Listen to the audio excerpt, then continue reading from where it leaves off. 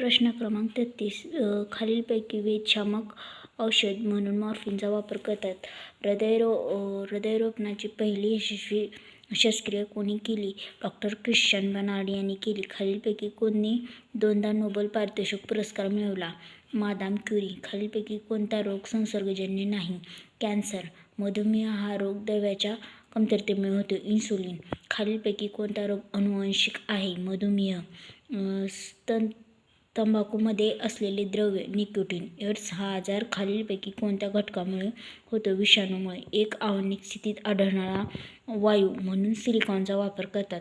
खालीलपैकी कोणत्या पिकाच्या मुळावर गाठी असतात? हरभरा. दूध नासणे ही रासायनिक प्रक्रिया आहे. जीवरासायनिक प्रक्रिया आहे. कुष्ठरोगावर प्रभावी औषध?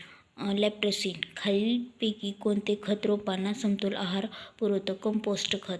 कोंबडे अंडे उबवल्यानंतर पिले बाहेर येण्यास किती कालावधी लागतो? 3 आठवडे. भारतात कोणत्या कारणामुळे ॲनिमिया आढळून येतो? लोहाची कमतरता. जनावरांना तोंडाचे आणि पायाचे रोग मुख्य खालीलपैकी कोणत्या जंतूमुळे होतात? कवक. पाण्याचा कायमचा जडपणा कसा घालविला जातो? सोडा टाकून. मानवी शरीरात लिव्हर हे चे कार्य कोणते? अन्न पचनास मदत करणे. 2 पित्तरस तयार करणे. 3 ग्लुकोजचा साठा करणे. झाडाचे वय कशावरून ठरवतात? झाडाच्या खोडावरील वर्तुळावरून ठरवतात. चंद्राच्या पृष्ठभागावर उतरलेला पहिला चंद्रवाहनाचे नाव? लुनाखोड. 1957 मध्ये स्पुटनिक हा पहिला कृत्रिम उपग्रह खालीलपैकी कोणत्या देशाने अवकाशात सोडला होता? रशिया. काचेचे उष्णतेचे दुर्वाहक म्हणतात. मानवी शरीरात छातीच्या बरगड्याची संख्या 34 आहे. मानवी शरीरातील पाठीच्या मणक्यांची संख्या 33 आहे. या द्रव्यामुळे झाडाची पाने हिरवी दिसतात. क्लोरोफिल. जेव्हा मनुष्य उपग्रहाद्वारे पृथ्वीभोवती फिरतो तेव्हा त्याचे वजन 0 होते.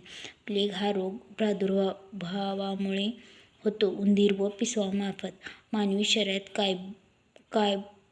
कार्बोहायड्रेट हा आवश्यक असतात शक्ती आणि उत्साह मिळवण्यासाठी. खोकला येणे व थुंकीतून रक्त पडणे ही कोणत्या रोगाची लक्षणे आहेत? क्षय. खालीलपैकी कोणते खत रासायनिक खत या प्रकारात मोडत नाही?